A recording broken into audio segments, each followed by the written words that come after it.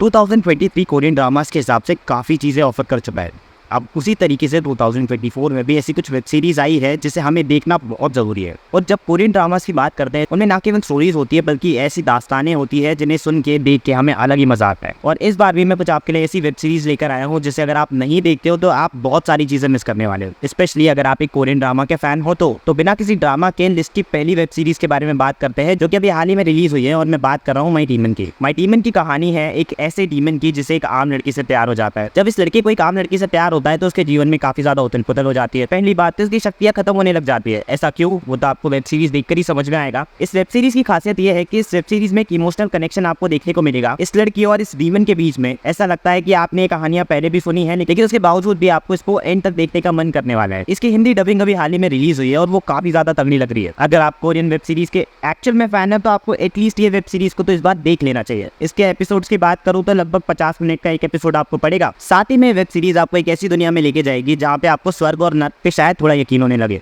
अगर आप इन सब में नहीं मानते हो तो अगली वेब सीरीज है द किलर पैराडॉक्स। ये हाल ही में 2024 में रिलीज हुई है। और इस वेब सीरीज की खासियत यह है कि इस वेब सीरीज को देखने के बाद आपको ऐसा लगेगा कि भाई ये सीरियल किलर है या नहीं है। मतलब हमारा जो प्रोटैगनिस्ट है उसको मर्डर करने की आदत लग चुकी है। क्यों?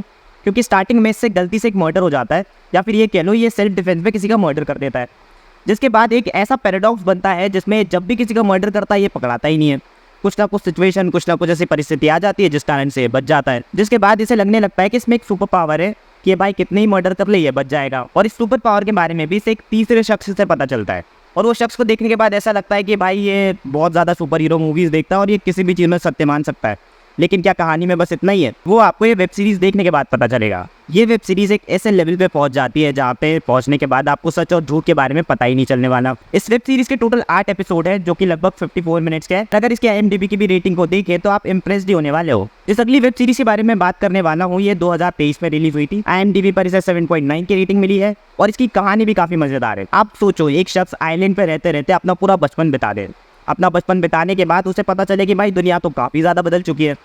उसी दौरान उसका एक बेस्ट फ्रेंड रहता है जो उसकी हर पल मदद करता रहता है। किस लिए? ताकि वो उसे एक सिंगर बना पाए। ये शख्स इसकी मदद करता है घर से भगने में। जिसके बाद ये एक आइलैंड पे फंस जाती है और आइलैंड पे फंसने के बाद इसका पूरा बचपन उसको वहीं बिताना पड़ता है। दूसरी तरफ ये लड़का भी अपनी लाइफ में आगे बढ़ चुका रहता है, लगभग आगे बढ़ चुका रहता है। मतलब ये अपनी लाइफ में कामयाब तो हो जाता है लेकिन उसके बाद भी उसे इस लड़की की कमी महसूस होती है। ये उसको ढूंढता भी है लेकिन ये लड़की मिलती नहीं क्योंकि ये आइलैंड में फंसी रहती है। कुछ समय बाद इसी लड़के के भाई को ये लड़की मिलती भी है और इस लड़के को इससे प्यार भी हो जाता है। मतलब बड़ा भाई जिस लड़की से प्यार करता था उसी लड़की से छोटे भाई को भी प्यार हो जाता है। हाई कहानी में एक बहुत बड़ा ट्विस्ट जैसा लग रहा है लेकिन शायद ऐसा ना हो। वेब सीरीज देख के आपको समझ में आ जाएगा क्योंकि इस वेब सीरीज में एक कहानी इस लड़के से भी जुड़ी है जो कि काफी बड़ा ट्विस्ट लेकर आती है कहानी में कि आखिर ये लड़का इतना कामयाब कैसे होता है और ये लड़का अपने जीवन में किस तरीके के संघर्ष देखता है। वहीं दूसरी तरफ ये लड़की आज के जमाने में जीने का संघर्ष भी कर रही है। तो एक बार जरूर आप नेटफ्लिक्स पे जाके देखना।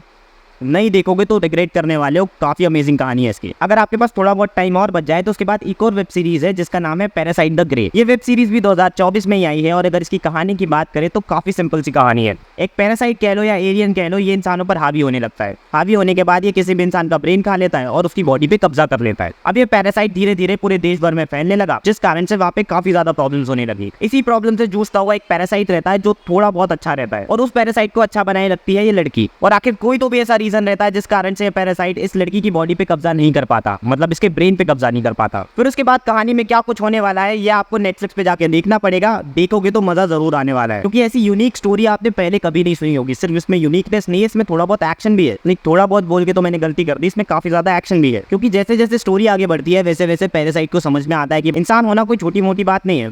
इंसान कुछ इमोशंस को समझता है, इंसान अपनों से प्यार करता है और अपनों के साथ ही रहना चाहता है। अब ये सब जानने के बाद पैरासाइट की लाइफ में क्या कुछ चेंज आता है वो सब आपको इस वेब सीरीज में देखने को मिलेगा। अब ये पैरासाइट के जीवन में चेंज आ रहा है या लड़की के जीवन में चेंज आ रहा है ये आप डिसाइड करना। अब देखो भाई, जितनी भी वेब सीरीज मैंने आपको बताई ना तो इसको रैंक में डिवाइड मत करना।